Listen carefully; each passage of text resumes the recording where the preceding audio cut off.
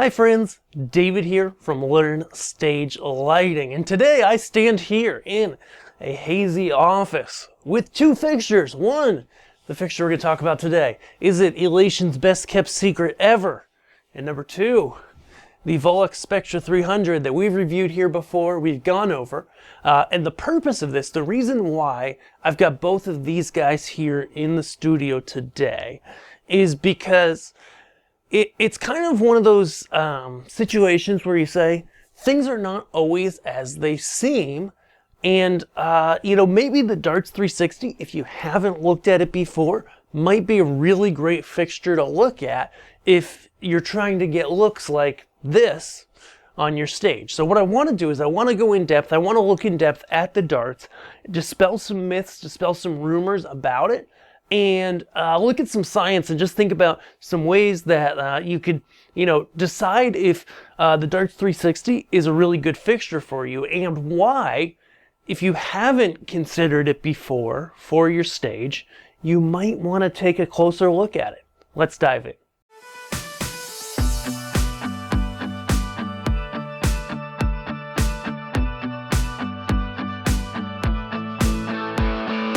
The question I always get when I present the Dartz 360 as an option to customers is, okay, this fixture, this Dartz 360, is a 50-watt LED engine. And you go and you look at, various PARs and other moving heads and stuff, and you go, hey, 50 watts isn't a lot of power.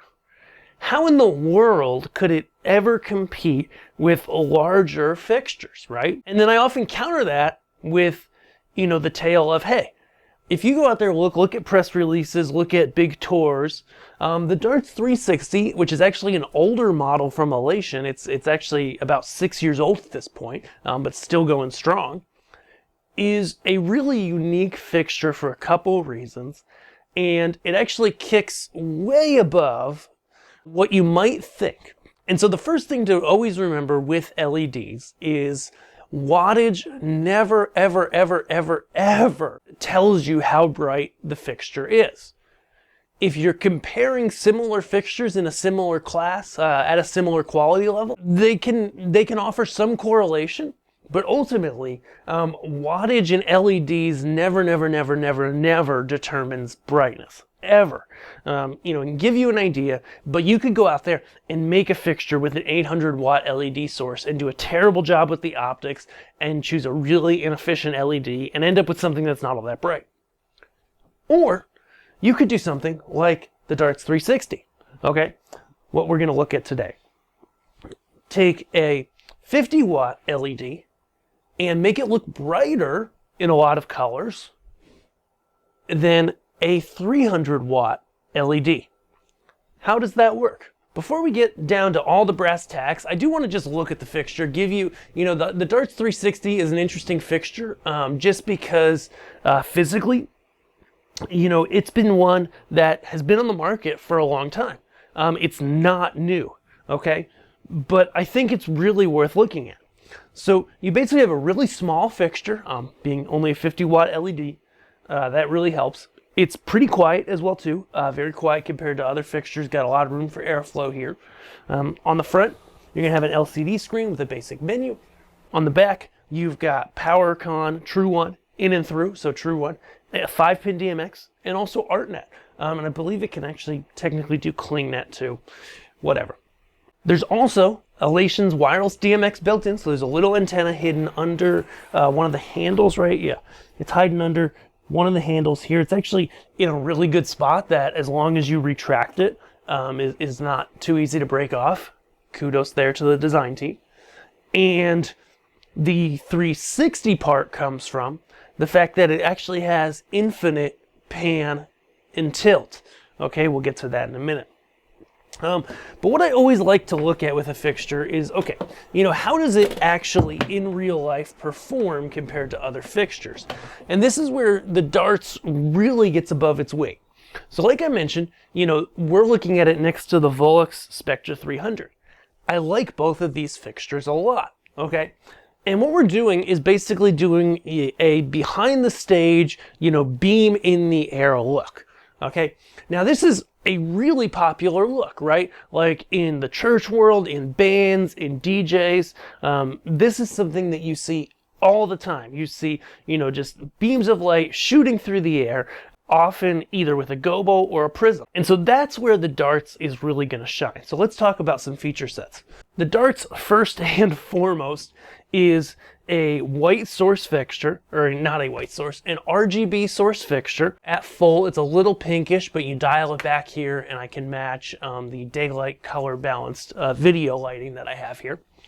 And it features, under the hood, gobos and 2 prisms.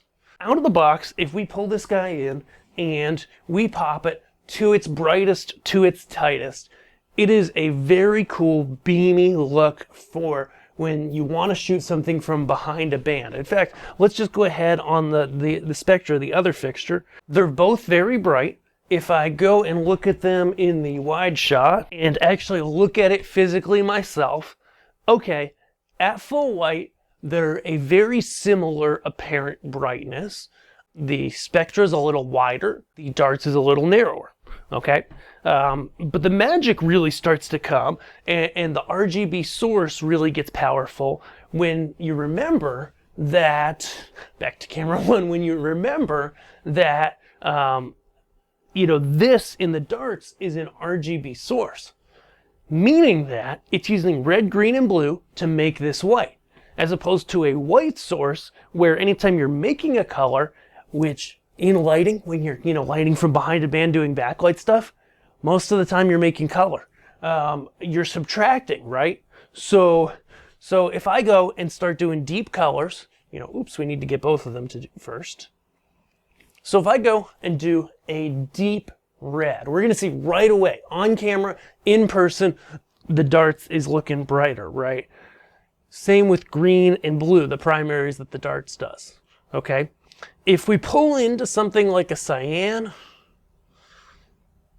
a magenta, or a yellow, and this is just me on the color picker very quickly, they're pretty evenly matched on those colors, okay? But as you get more towards the primaries, like a deep amber, and what you're gonna see between the two is that they're really evenly matched in terms of brightness. The Dartz over here is definitely kicking a little more punch through. But when we're talking about a fixture from behind a band to make gobos, there are a couple reasons why I'm cautious about recommending beam fixtures to people. Biggest reason why is the lack of color mixing, right? When you have a spot or a profile, you get often color mixing, and that allows you to make smooth transitions between colors on your stage.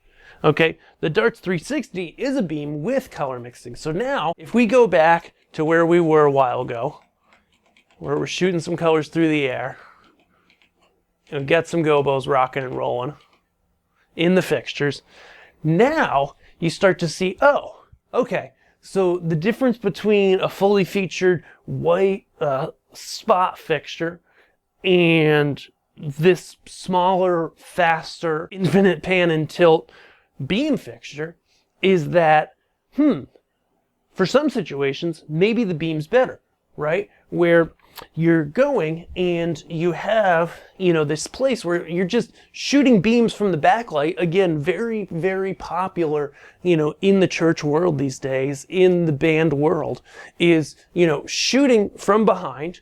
Maybe we go ahead as we can and drop a little rotation on it, right? Because slow rotating gobos are very popular.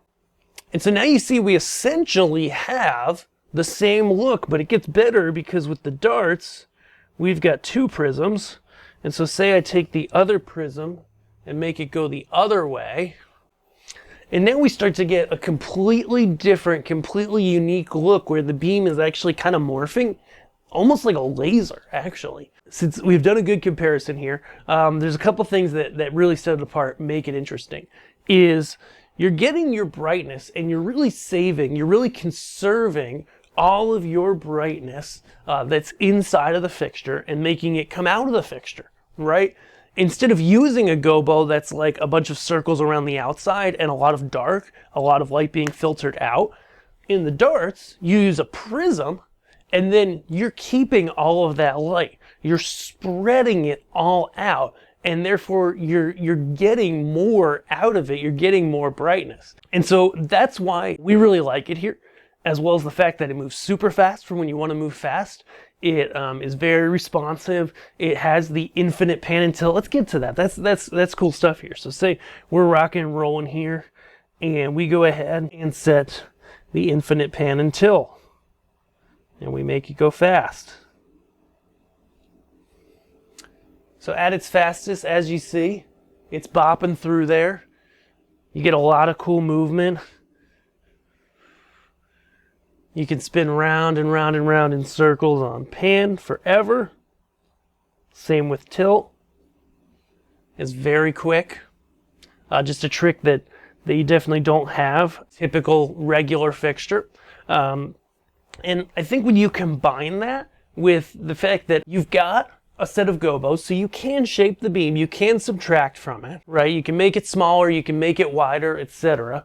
But I think more often than not, the really cool use case is the fact that you've got two prisms, right? So you've got your regular here, your single, I think it's an 8 facet, and then you've got your second prism, which has a whole lot more facets, which has 1, 2, or rather it has 6, but it's linear.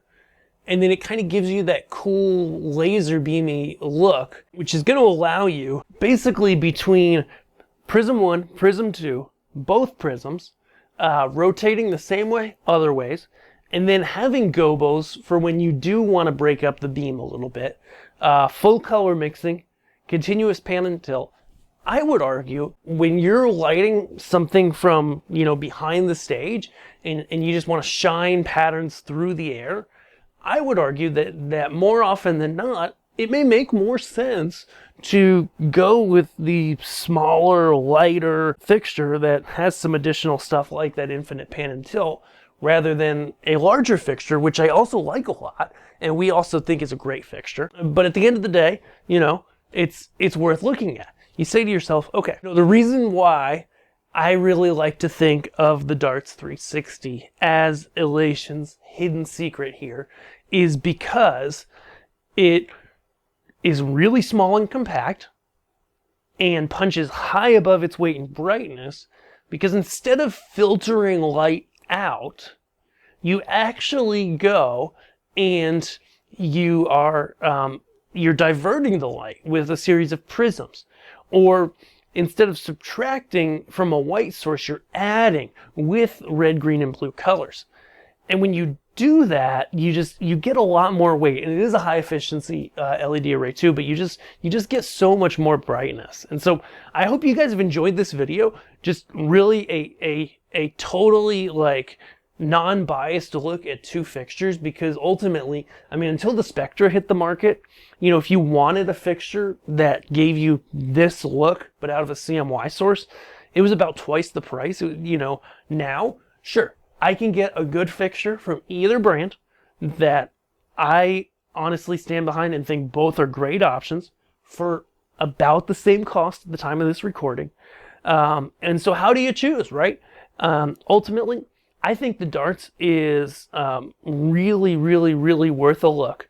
When you want a fixture that's going to be behind a band, behind a DJ, behind a church service, behind the band in a church, and you're not looking for something that you're going to wash a stage with, you're not looking for something that you're doing breakups on scenic pieces or anything like that. But what you want is something that's tuned for looking awesome as it shoots through the air and really giving you that impact from the backlight position to shine through the stage. Then I would take a really good hard look at the Dartz 360. It's a very popular fixture. You don't hear about it as much because it's not cool and new and different, but it's really good. It's really a well-built fixture. And I would say, even though it's not new and flashy and getting all the marketing hype out there that other fixtures might get, it's still incredibly unique, being that it's the only beam fixture on the market with an RGB source, and that allows you to artistically and creatively do a lot with it that you wouldn't be able to do with other beam fixtures. So check it out. We've got it, of course, at Learn Stage Lighting Gear. And whether you think the Dartz is right for you or something else, hey, go over to Learn Stage Lighting Gear, add some stuff to your cart and request a quote, or just email us through the contact form. We love to help people find the exact right lights for your needs, and we're in it for the long term, not the quick buck. We want to help you. We want to help you get exactly what you need. So if that sounds great to you, hop over to Learn Stage Lighting Gear, and we'll see you in the next video. Thanks.